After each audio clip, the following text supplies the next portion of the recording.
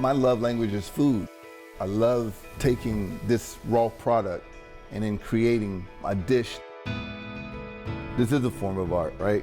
The plate is the canvas, the food, that's the paint. And we're trying to create an art piece and present it to hundreds of people a night. Got the bacon wrap meatloaf here. Everything that I put on this plate, everything that I produce is a part of me going to you to say, "And I love you, dude. Come sit down, let's break bread together." It's just that simple to me.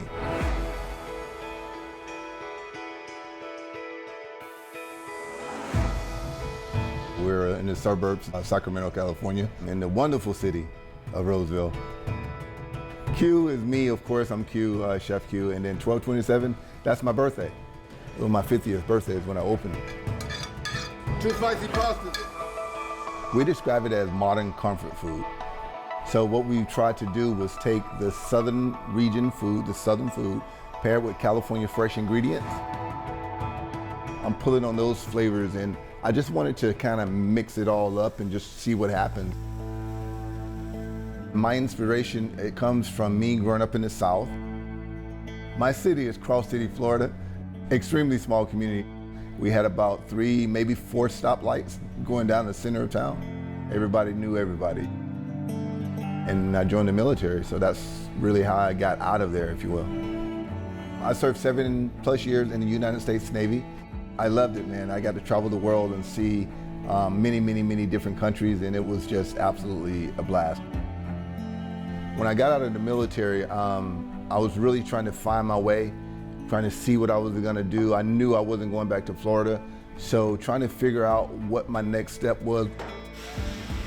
I found a job, started washing dishes at a hotel down in San Diego, and that was my, really introduction into lifestyle of culinary arts.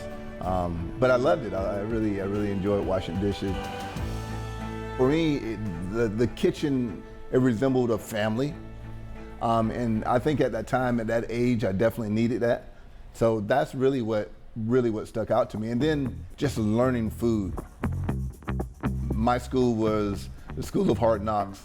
My school was jumping in the back pocket of some awesome chefs and asking tons of questions, learning on the fly. I read tons of cookbooks, watched tons of cook shows. Drain most of the fat. You only need about 2 tablespoons. A little bit of lemon zest really adds some nice flavor. But no culinary school for me. I couldn't afford it. Turned out, Quentin had a knack for the culinary arts, which runs in the family. My mom, she was a magician. I mean, she made something out of nothing. So I stayed in the kitchen a lot with her, helping her out. Just fond memories, right? She taught me a lot. So she was my first culinary teacher, if you will.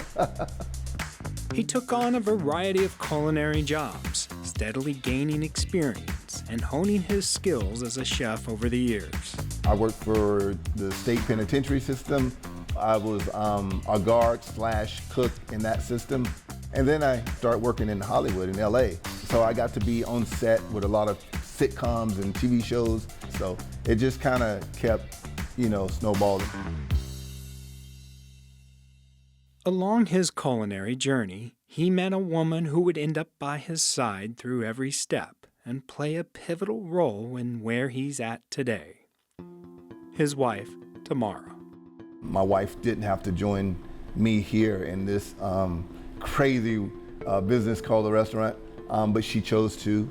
I remember it like it was yesterday when I sat there and I told my wife, I said, all right, babe, I want to do me. I want to open my own place. And I looked at her and I said, are you okay with that? Are you with me? In the fashion of my wife, she goes, let's do it. Because he wasn't happy. He was just not content because he had his own vision. And he couldn't do his vision in another man's house. He said, either I do my own thing now, or I'm never gonna be able to do it. Well, I'm about life and having a great life. I was like, let's go, let's do it. The reason I wanted her to be a part of this with me is because I can trust her. She has my back. I have the honor, and he's still laughing about it, of being his general manager. I hope you feel the pride that we have to have you as part of our team, that you have that same pride that you're a part of a growing entity. He's the artist, and we're all the supporting cast. If an artist gets bombarded down with too many things, it's gonna stunt their creativity. I need him to keep creating. So that's what I feel like my job is. We're at 117, we have 4 large parties, and other than that, it's gonna be a great night. It's 5 o'clock, 1, 2, 3, and showtime, everybody. We're live. We both do what we have to do. You laying down this track, I'm laying down that track, so that the train can go on that track and get to the destination. My man, get it. Don't stop the train. You know, I would tell any married couple, you gotta define your roles. I think that's it. There's zero competition. I can't do what he does, and he doesn't want to do what I do, so yeah, that's what works. You know, it makes it easy because, you know, I truly like being in her company. And then, you know, at least here I can tell her what to do. I can't do that at home. Yeah, that became the yeah. So literally, we decided, or maybe I should say I did, that you know, he's the captain of the ship here. Period. I don't know nothing, so I have to ask him everything. So he loves that. For 5 years, I've had her listening to me. Yeah. So I now listen, and Takes full advantage. Yeah, full advantage. So I'm happy I can be his work wife and his wife, and that we can connect even more. So yeah, it's made us much stronger. I was able to get into his world and understand it better. I saw the depths of his creativity, and it humbled me to know his gift was that great. So I knew he could cook, but I didn't know he could create. It definitely made me that much more proud. I love her love. I love the fact that she thinks that everyone around her can succeed and be that greater person and a greater version of themselves.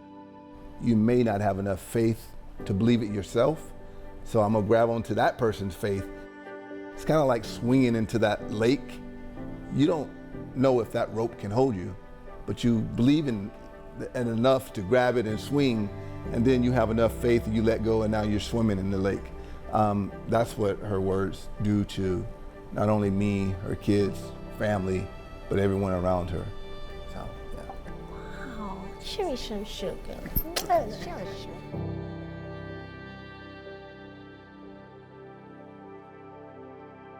Since opening their doors in 2019, Chef Q and his restaurant have made quite a name for themselves in the Sacramento region. They recently relocated to a new, larger space in Roseville.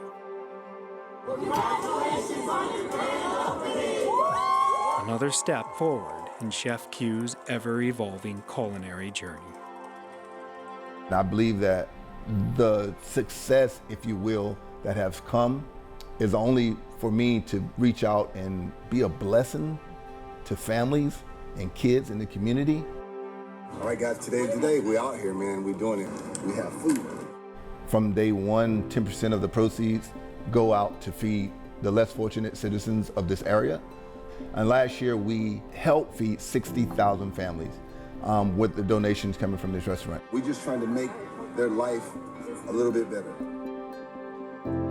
And I've been at local high schools giving lectures to show young Black students that, yeah, you can do it because I've done it.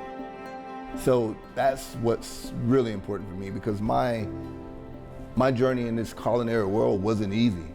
It was not easy, man. I had to prove myself, in other words, constantly, just to be sitting at the table.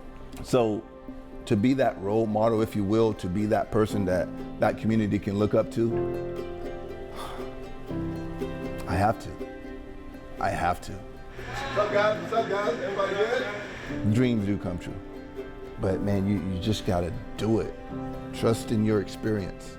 Trust in the years that you've been doing your skills and your task, and just go for it. There's gonna be hiccups. There's gonna be bumps in the road. There's gonna be hills to climb, man. But I tell you, the journey, man, it's amazing. And when you can partner with someone you love and care about, that makes it even much better. Like, that's just great.